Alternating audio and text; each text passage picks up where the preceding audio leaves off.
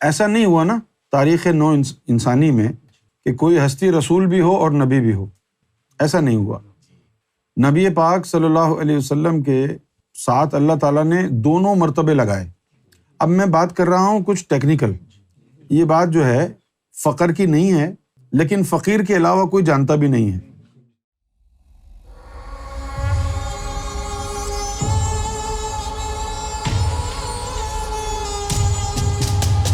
تو نبی پاک صلی اللہ علیہ وسلم کے پاس دو مقام اور مرتبے، ایک مرتبہ رسالت ہے اور ایک مرتبہ نبوت ہے۔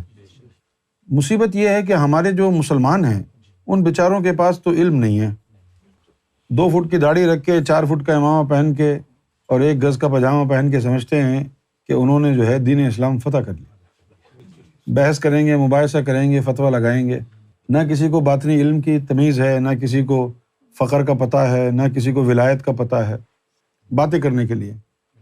آج اگر کسی مسلمان کو کہیں کہ ہاں جی آپ بتائیے حضور نبی ہیں یا رسول ہیں، تو کہے گا دونوں ہیں۔ کیوں ہیں بھائی دونوں؟ نبی کیوں ہیں، رسول کیوں ہیں؟ تو آپ کو معلوم تو ہونا چاہیے نا کہ نبی کیا ہوتا ہے۔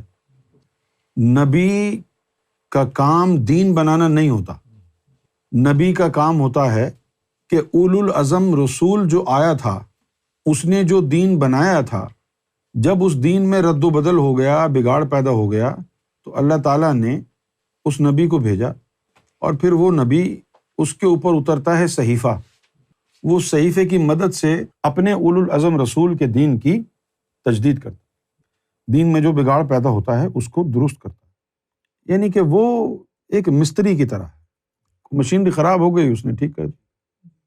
تو نبی کریم صلی اللہ علیہ وآلہ وسلم نے تو دین بنایا، آپ صلی اللہ علیہ وسلم نے تو دین بنایا، دین اسلام حضور کا بنایا ہوا دین، نبی تو دین نہیں بنا سکتا۔ لیکن مسلمان، خاص طور پر کون سے مسلمان؟ بڑے بڑے جید علماء، وہ مسلمان ان باتوں کی حقیقت سے عاری۔ یہ جو ہمارے مسلمان ہیں جو نعتیں پڑھتے ہیں، سب سے اولا و اعلیٰ ہمارا نبی ہے، میرے کملی والے کی شان ہی نرالی، نبی نبی نبی نبی، نبی کا مطلب تو سمجھو۔ نبی تو دین بناتا ہی نہیں ہے، نبی تو دین میں گڑبڑ جو ہو جاتی ہے اس کو دور کرنے کے لیے آتا ہے۔ نبی کا تو اپنا کلمہ ہی نہیں ہوتا، نبی کا کلمہ کہاں ہوتا ہے؟ تو نبی کا کام کیا ہے؟ جو دین میں پچھلے دین میں گڑبڑ ہو گئی اس کو درست کرے۔ تو آپ صلی اللہ علیہ وسلم نے یہ جملہ بھی فرمایا، حدیث میں ہے کہ میں کسی دین کو جھٹلانے نہیں آیا، جو ان میں رد و بدل پیدا ہو گیا اس کو دور کرنے آیا۔ یہ بطور نبی اسٹیٹمنٹ ہے۔ اچھا، اب اگر حضور صلی اللہ علیہ وسلم پچھلے دین میں تجدید کرنے کے لیے آئے ہیں، یعنی عیسیٰ کے دین میں، موسیٰ کے دین میں تجدید کرنے کے لیے آئے ہیں، اور اگر آپ لوگ یہودیوں کو اور عیسائیوں کو دشمن بنا لیں گے تو نبوت کا جو حضور کا مقام ہے وہ تو ہے ہی عیسائیوں کے لیے اور یہودیوں کے لیے، مسلمانوں کے لیے تو رشتہ ہے ہی نہیں نبوت کا۔ مسلمانوں کے لیے رسول ہیں، غیر مسلم کے لیے نبی ہیں۔ ہے کوئی مفتی، ہے کوئی عالم، ہے کوئی شیخ الاسلام تو آئے بتائے مجھے کہ امت محمد صلی اللہ علیہ وسلم کا تعلق اور رشتہ حضور سے کیسے ہے، بطور نبی ہے یا بطور رسول ہے؟ تو آپ صلی اللہ علیہ وسلم نے بطور نبی یہودیوں اور عیسائیوں کا جو دین تھا اس میں تجدید فرمائی، اور بطور رسول صلی اللہ علیہ وسلم آپ نے نئے دین کی بنیاد رکھی۔ اسی طرح سرکار گوہر شاہی ہیں، سرکار گوہر شاہی مسیحا عالم بھی ہیں، اور سرکار گوہر شاہی امام مہدی بھی ہیں۔ امام مہدی کیوں ہیں؟ جس طرح نبی کریم صلی اللہ علیہ وسلم غیر مسلم حضرات کے لیے نبی ہیں، تو صرف کہہ دینے سے تھوڑی ہوتا ہے مرتبہ، وہ چیز جو نبوت میں عطا ہوتی ہے وہ چیز عطا ہوئی ہوگی نا، اس کے بلبوتے پر نبی ہے نا۔ وہ چیز کیا تھی؟ صحیفے کا اترنا۔ جہاں نبی پاک صلی اللہ علیہ وسلم پر وحی نازل ہوتی تھی اس کے ساتھ ساتھ صحیفے بھی نازل ہوئے ہوں گے نا۔ پرانے وقتوں میں قرآن مجید کو مصحف کہا جاتا تھا۔ آپ کو بتاؤں، ایک بہت بڑی تعداد میں ہندوستان میں محمد رسول اللہ کو کل کے اوتار مانتا ہے۔ آپ کو یہ بھی بتاؤں کہ ہندوؤں میں ایسے بھی لوگ ہیں جو حسینی ہندو کہلاتے ہیں۔ ایک ہندو تھا، وہ تجارت کے لیے عرب آیا، اس کی اولاد نہیں ہوتی تھی، تو اس کو یہ پتہ چلا کہ بھائی کوئی نبی آیا ہے عرب میں، تو میں اس کے پاس جا کے اپنی گزارش رکھوں گا۔ وہ مسجد نبوی پہنچ گیا، حضور کے بارے میں پوچھا کہ جی وہ تو نہیں ہے۔ انہوں نے کہا کہ کہاں ملیں گے؟ بولے جی اپنے حجرے میں ہوں، وہاں چلے جائیں۔ وہاں جب پہنچے تو حجرے کے باہر جو حسین تھے حضور کے نواسے، وہ کھیل رہے تھے، تو فوراً آئے، ہاں جی کس سے ملنا ہے آپ کو؟ انہوں نے کہا کہ بیٹے آپ کا نام کیا ہے؟ انہوں نے کہا جی میرا نام حسین ہے اور میں محمد کا نواسا ہوں۔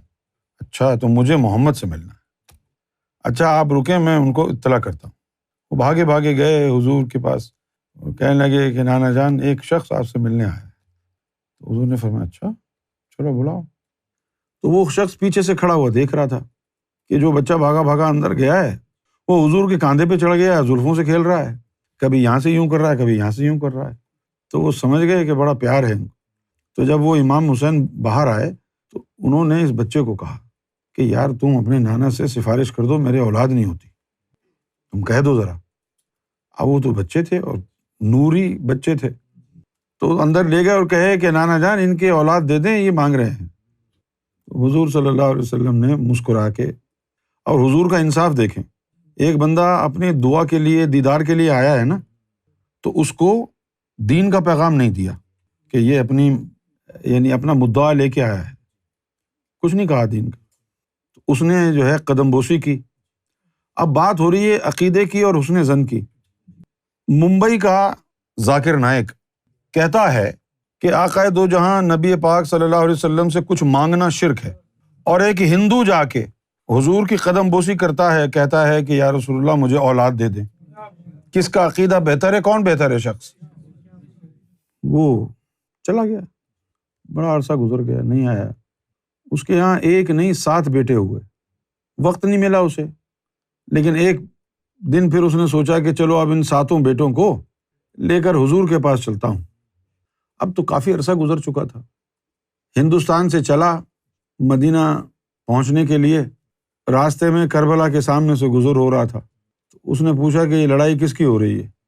کہا جی کہ یہ تو امام حسین کی لڑائی ہے اور یزید کی فوجوں کے درمیان لڑائی ہے۔ تو اس کو پتہ چلا اچھا وہ بچہ جس نے میری سفارش کی تھی اب تو وہ کافی بڑا ہو گیا ہوگا، اس کی جنگ ہو رہی ہے، چلو۔ اس نے اپنے 7 بیٹے امام حسین کے نام پر قربان کر دیے۔ مسلمانوں کی تاریخ میں وہ 7 ہندو بیٹے شامل کیوں نہیں ہیں جنہوں نے امام حسین کے نام پر اپنی جان نچھاور کی تھی؟ اور کیسا ایمان تھا اس شخص کا! اس نے یہ کہا کہ محمد کی امانت تھی یہ 7 بیٹے، محمد کو لوٹا دیتا ہوں۔ 7 کے 7 بیٹے قربان ہو۔ وہاں سے جو ہے نسل چلی آ رہی ہے حسینی ہندوؤں کی، ان کو بھی فیض ہے امام حسین سے۔ ہندوؤں کے یہاں پر ایک نام ہے، بہت مبارک نام، درگا ماں۔ یہ جو درگا ماں ہے یہ کوئی اور نہیں ہے، یہ ہندو درگا ماں نبی پاک کی صاحبزادی بی بی فاطمہ کو کہتے ہیں۔ تو نبی کریم صلی اللہ علیہ وسلم نے ہندوؤں کو فیض دیا، ان کو دین کی دعوت نہیں دی، فیض دیا۔ اپنی بیٹی کو کہا ہندوؤں کو، انہوں نے بھی فیض دیا۔ یہ کس کے تحت تھا؟ رسالت کے تحت یا نبوت کے تحت؟ نبوت کے تحت تھا۔ تو ہم بحیثیت مسلمان، ہمارا تعلق تو حضور سے رسالت کے طور پر ہے، اور نبی تو دین میں بگاڑ جو پیدا ہو جاتا ہے اس کے لیے آتا ہے۔ محمد رسول اللہ نے ہندوؤں کے دھرم میں تشدید فرمائی تھی، عیسائیوں کے دھرم میں تشدید فرمائی تھی، یہودیوں کے دھرم میں تشدید فرمائی تھی۔ اچھا اب جو آج کل کے یہودی ہیں، کیا یہ سب اچھے ہیں؟ نہیں۔ جس طرح سارے مسلمان اچھے نہیں ہیں، اسی طرح سارے یہودی بھی اچھے نہیں ہیں، اسی طرح سارے ہندو بھی اچھے نہیں ہیں، اسی طرح سارے سکھ بھی اچھے نہیں ہیں، اسی طرح سارے عیسائی بھی اچھے نہیں ہیں۔ کون اچھا ہے؟ جس کے دل میں رب کا نور ہے۔ جس کے بھی دل میں رب کا نور ہے، وہ یہودی ہو، عیسائی ہو، سکھ ہو، ہندو ہو، وہ اللہ والا ہے۔ یہ قرآن کی تعلیم ہے، قرآن مجید میں آیا ہے۔ یہ اللہ تعالیٰ نے فرمایا ہے کہ اے مومنو، اگر 3 چیزیں تمہارے اندر موجود ہیں، اللہ کی ذات پر ایمان، یوم محشر پر ایمان اور عمل صالح، یہ 3 چیزیں اگر ہیں تو بھلے تم یہودی ہو، عیسائی ہو یا سابی ہو، اللہ کی نظر میں مومن ہو۔ سورہ بقرہ کی آیت نمبر 62 ہے، ان الذین آمنوا والذین ہادوا والنصارى والصائبین من آمن باللہ والیوم الآخر وعمل صالحا فلہم اجرہم عند ربہم ولا خوف علیہم ولا ہم یحزنون۔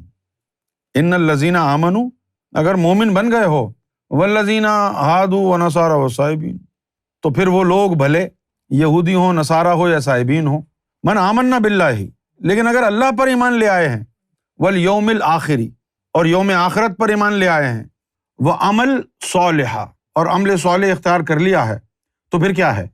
فلہم اجرہم عند ربہم، تو ان کے لیے ان کے رب کی طرف سے اجر ہے، ولا خوف علیہم، اور ان پر کوئی خوف نہیں، ولہم یحزنون، نہ ہی کسی چیز کا کوئی غم ہے۔ تو ان تین چیزوں کو یکجا کرنا ہے، اللہ کی ذات پر ایمان، یوم آخرت پر، اور عمل صالح۔ زبانی کلامی تو ہر شخص کہے گا جی ہم بھی مانتے ہیں اللہ کو، یوم آخرت کو بھی مانتے ہیں، اچھے کام بھی کرتے ہیں، لیکن یہ اچھے کام اردو کا ترجمہ ہے، عمل صالح کچھ اور ہوتا ہے۔ عمل صالح کیا ہوتا ہے؟ جس میں عمل بھی پاک اور نیت بھی پاک ہو، وہ عمل صالح ہے نا۔ جس میں زبان بھی اللہ اللہ کرے اور دل بھی اس کی تصدیق کرے، اقرار باللسان و تصدیق بالقلب، ہر عمل میں جس میں دل ساتھ ہے تو وہ عمل صالح ہے۔ تو عمل صالح اس وقت تک حاصل نہیں ہوگا جب تک تمہارا دل صالح نہیں ہو جائے گا۔ ہر وہ عمل جس میں دل صالح ہے وہ عمل صالح ہے۔ اب دیکھو بھائی، نماز اچھا عمل ہے نا۔ اچھا، اب نماز اگر اچھا عمل ہے تو اللہ نے کیوں کہا فویل للمصلین الذین هم عن صلاتهم ساہون، کہ تباہی اور ہلاکت ایسے نمازیوں کی جو اپنی نماز کی حقیقت سے غافل۔ تو معلوم یہ ہوا کہ نماز اچھا عمل تو ہے، لیکن جب تو نے ادا کیا اور ادائیگی کی شرط پر پورا نہ اترا جس طرح اللہ نے ادا کرنے کا کہا ہے، تو وہ عمل ناقص تھا۔ اللہ کے رسول کی شرط ہے کہ لا صلاۃ الا بحضور القلب، قلب کی حاضری کے بغیر نماز ہوتی نہیں۔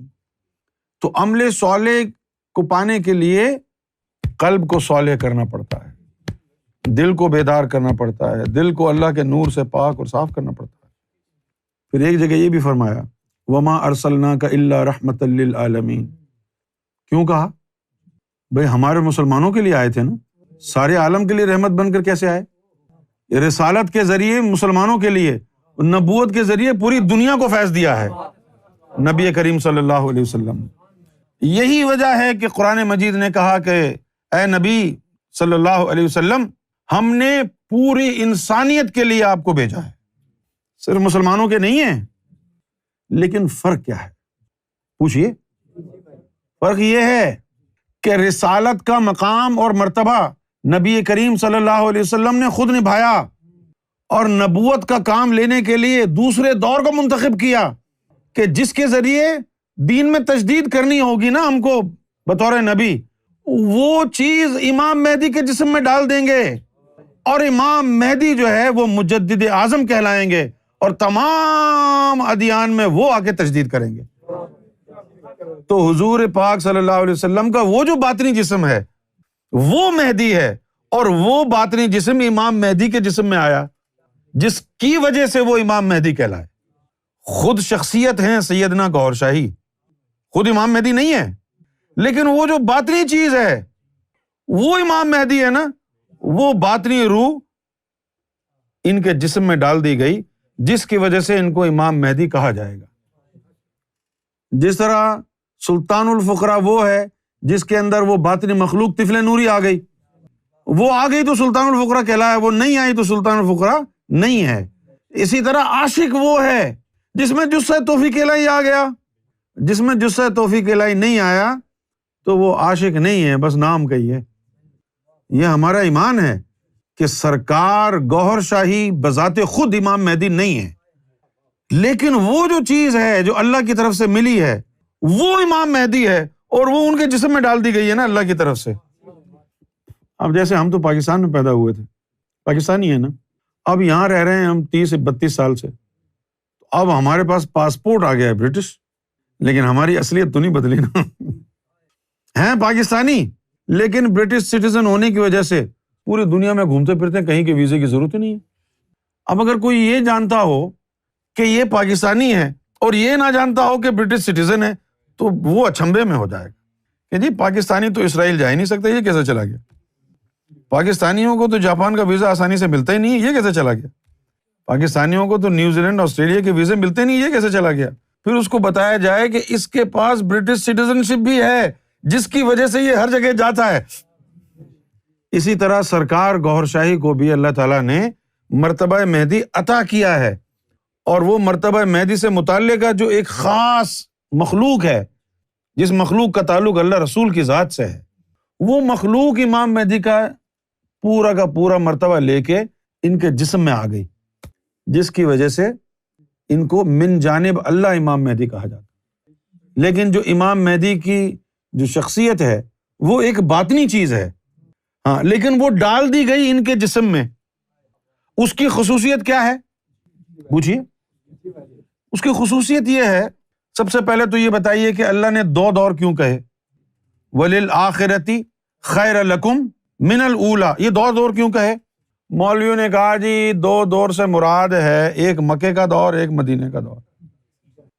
چلو مان لیتے ہیں۔ اچھا، اب جب آتی ہے نا بات کہ کون سا صحابی بڑے مرتبے کا ہے، تو کیا کہتے ہیں کہ ان صحابہ کا مرتبہ زیادہ بڑا ہے جو مکے میں ہوتے ہوئے ایمان لائے تھے۔ اچھا، صحابی کا ایمان اس کا بڑا ہے جو مکے میں لایا، تو حضور پاک کا دوسرا دور اچھا مدینے کا کیسے ہوگا؟ ان کا دوسرا دور بھی وہی ہوگا نا، مکے والا، لیکن مکے والا تو پہلا دور ہے۔ تو پھر وَلِلْآخِرَةِ خَيْرَ لَكُمْ مِنَ الْأُولَىٰ، اس سے مراد ہے کہ ایک یہ دور ہے جس میں آپ نے فنسب رسالت پر دین کو قائم کیا، وحی کو مکمل کیا، اور دوسرے دور کے اندر وہ جو فیضان نبوت ہے، تجدید دین کا کام، تمام ادیان میں تجدید کا کام، وہ آ کر کے جو ہے کریں گے، تو اپنی وہ باطنی قوت نبی پاک صلی اللہ علیہ وسلم نے امام مہدی کے وجود میں رکھ دی۔ اس لیے قرآن مجید میں آیا ہے کہ وَكُلِّ شَيْءٍ أَحْصَيْنَاهُ فِي إِمَامٍ مُبِينٍ، کہ اور تمام خصلتیں، خاصیتیں اللہ تعالیٰ نے امام مہدی میں جمع کر دی۔ اب جب وہ امام مہدی کے اندر آ گیا تو نبی پاک صلی اللہ علیہ وسلم کی طرف سے دی ہوئی طاقت کے حساب سے تمام ادیان میں تجدید امام مہدی کریں گے، دین اسلام میں بھی تجدید امام مہدی کریں گے، ان کی اپنی تجدید ہوگی۔ آپ خود بھی گھر جا کے سوچنا، نبی کا کام تجدید کرنا ہوتا ہے دین میں، اور رسول کا کام دین بنانا ہوتا ہے۔ اگر ایک ہی شخصیت کو رسول اور نبی بنا دیا جائے تو وہ دین بنائے گا، جب تک وہ زندہ ہوگا تو وہ دین میں گڑبڑ نہیں ہونے دے گا، اس کے جانے کے بعد دین میں گڑبڑ ہوگی نا۔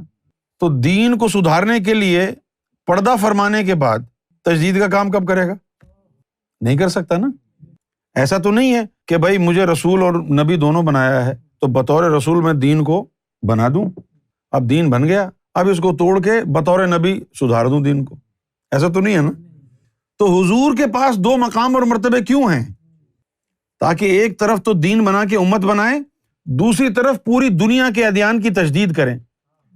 لیکن یہ کام نبی کریم صلی اللہ علیہ وآلہ وسلم نے امام مہدی کے لیے رکھا ہے، اسی لیے فرمایا ہے مہدی انا، احادیث میں آیا ہے میرا مہدی، جس نے اسے دیکھا اس نے مجھے دیکھا۔ انہوں نے روایتوں میں لکھ دیا کہ ان کا نام محمد ہوگا، اصل بات تھی کہ ان کے اندر محمد ہوگا۔ ان کے اندر محمد کیسے ہوگا؟ قرآن شریف میں آیا ہے دو طرح کی روحیں ہوتی ہیں، ایک سماوی روح جو آسمانوں سے آتی ہے، اور ایک ارضی روح جو زمین پہ ہوتی ہے۔ ارضی ارواح کیا ہیں؟ روح جمادی، روح نباتی، روح حیوانی، یہ تین ارضی ارواح ہوتی ہیں۔ روح جمادی پتھروں میں پائی جاتی ہے، اس کا مطلب صرف جمود ہے، وہ ایٹمز کو جوڑ کے رکھتی بس۔ اگر اس کے اندر روح نباتی بھی ڈال دیں تو اس سے گھاس پھوس درخت بن جاتے ہیں، جس میں وہ اس کی گروتھ بھی ہوتی ہے، نشو و نما بھی ہوتی ہے، لیکن اس کی کوئی صورت نہیں ہوتی، شکل نہیں ہوتی۔ اور جب اس میں روح حیوانی بھی آ جائے تو اس کے اندر شکل، صورت اور حرکت بھی آ جاتی ہے۔ روح جمادی، روح نباتی، روح حیوانی، یہ انسانوں کے جسم میں بھی ہیں، یہ پتھروں میں بھی ہیں، یہ پودوں میں بھی ہیں، جانوروں میں۔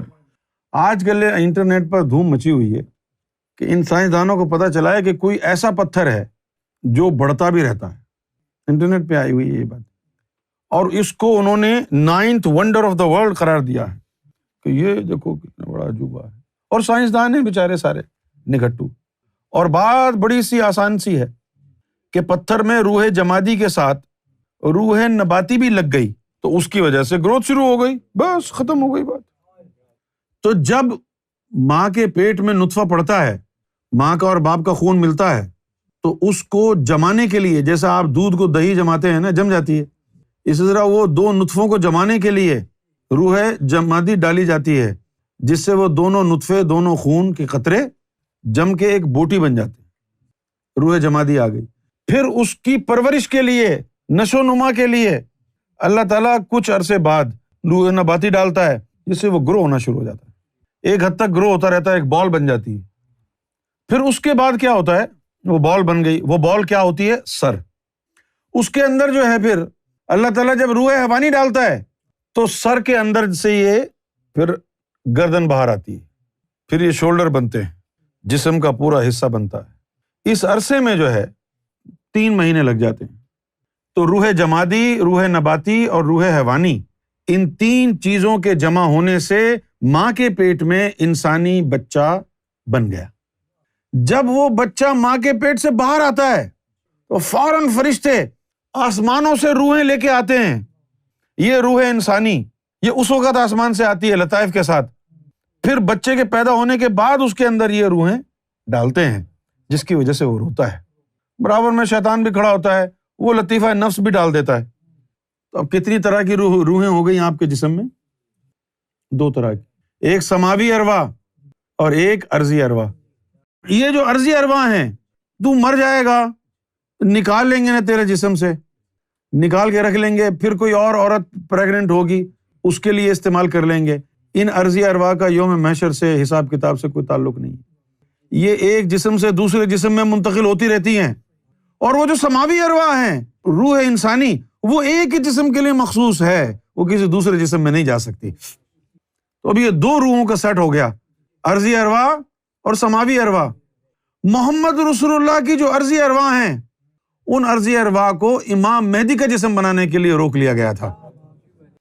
وہی ارضی ارواح جو محمد رسول اللہ کے جسم میں تھیں، روح جمادی، روح حیوانی، روح نباتی، وہ ارضی ارواح امام مہدی علیہ الصلوۃ والسلام کا جسم انہی سے دوبارہ بنایا جائے گا، جس کی وجہ سے ان کے اندر محمد ہوگا، جس کی وجہ سے ان کے والدین کا نام عبداللہ اور آمنہ کہلائے گا. وہ ارضی ارواح محمد رسول اللہ کے جسم میں بھی تھی نا، پھر ان کے والدین نے ان کا نام رکھا تھا نا، اور جب دوبارہ آئیں گی تو ہوں گی تو وہ محمد کی ارضی ارواح، لیکن ان کا نام تو نہیں رکھے گا نا کوئی محمد.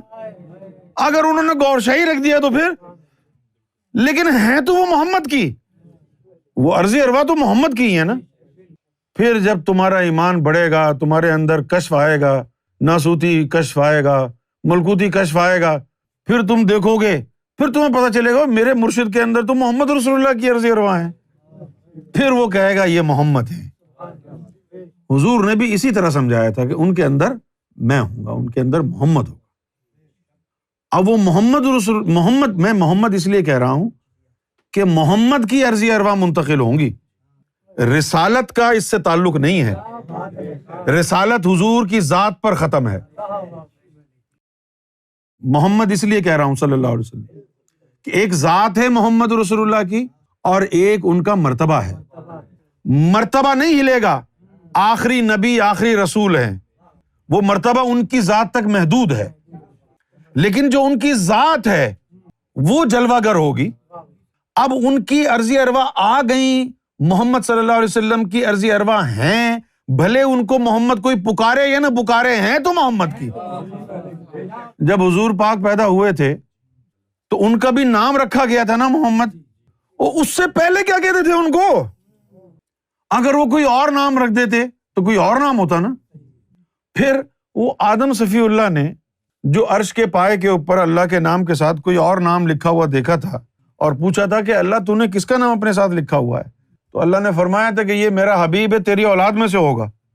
تو جب حضور پیدا ہی نہیں ہوئے تھے، آدم صفی اللہ کا دور تھا، تو اس وقت جو عرش کے پائے پہ لکھا ہوا تھا نام، وہ کون سا نام تھا؟ وہ محمد تھا یا احمد تھا؟ اس وقت محمد کا تو نام نہیں تھا نا، اس وقت تو احمد ہی لکھا ہوا تھا نا. تو وہ عرضی ارواح اس جسم میں آئیں گی، وہی عرضی ارواح ہیں جو محمد صلی اللہ علیہ وآلہ وسلم کی عرضی ارواح تھی. اچھا، اب ایک تو ہو گئی کامل ذات مصطفیٰ.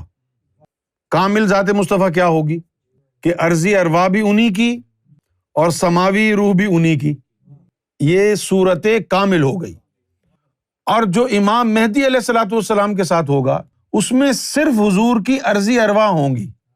تو یہ یہاں پر حضور کی مکمل ذات نہیں ہوگی، جزوی طور پر محمد صلی اللہ علیہ وسلم کی موجودگی ہوگی، جزوی طور پر. لیکن کامل ذات وہی ہے جو پہلے دور میں آئی تھی. نبوت اور رسالت کا تعلق اسی ذات سے ہے جو پہلے دور میں آئی تھی. جب امام مہدی کے اندر حضور صلی اللہ علیہ وسلم کی عرضی ارواح ہوں گی تو وہ نبوت اور رسالت کے مرتبے سے تعلق نہیں ہوگا ان کا، صرف ذات مصطفیٰ سے تعلق ہوگا. ان کو چھونا مصطفیٰ کو چھونا ہوگا، ان سے پیار مصطفیٰ سے پیار کرنا ہوگا.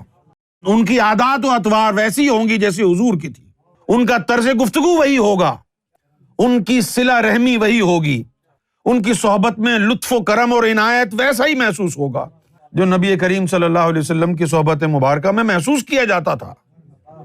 لیکن نبی پاک صلی اللہ علیہ وآلہ وسلم اور اللہ تعالیٰ کی حکمت کے تحت جو آپ کا فیضان تجدید تھا، جو بطور نبی حضور کو ادا کرنا تھا، لیکن پلان ہی اللہ نے یہ بنایا کہ جب امام مہدی کو بھیجا جائے گا تو حضور کا جو دوسرا دور ہے اس کی کمی وہاں سے پوری کی جائے گی.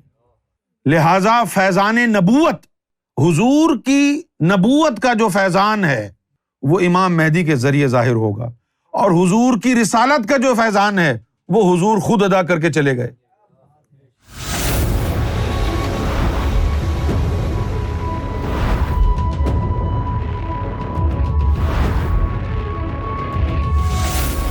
Amra TV, the place to connect with God.